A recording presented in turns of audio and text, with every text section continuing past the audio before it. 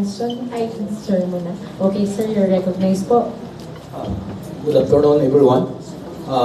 Itong tanong po ito ay para kay Ma'am RB. Unang tanong po, ako po nga pala sa Chu TV.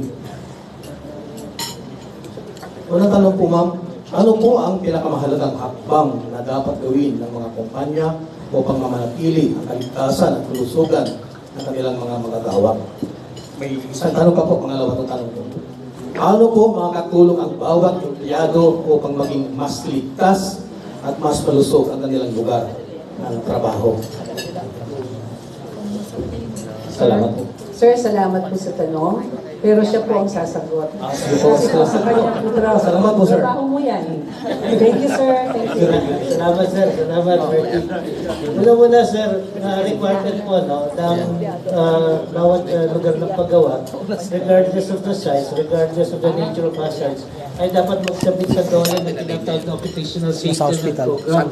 Doon pala sa bahay na nila. Pinadali po, no, Saan yun? ay yung pagsasabit ng occupational safety program in the sense na meron pong templates yan eh. So, hindi mahihirapan dapat ang isang lugar ng paggawa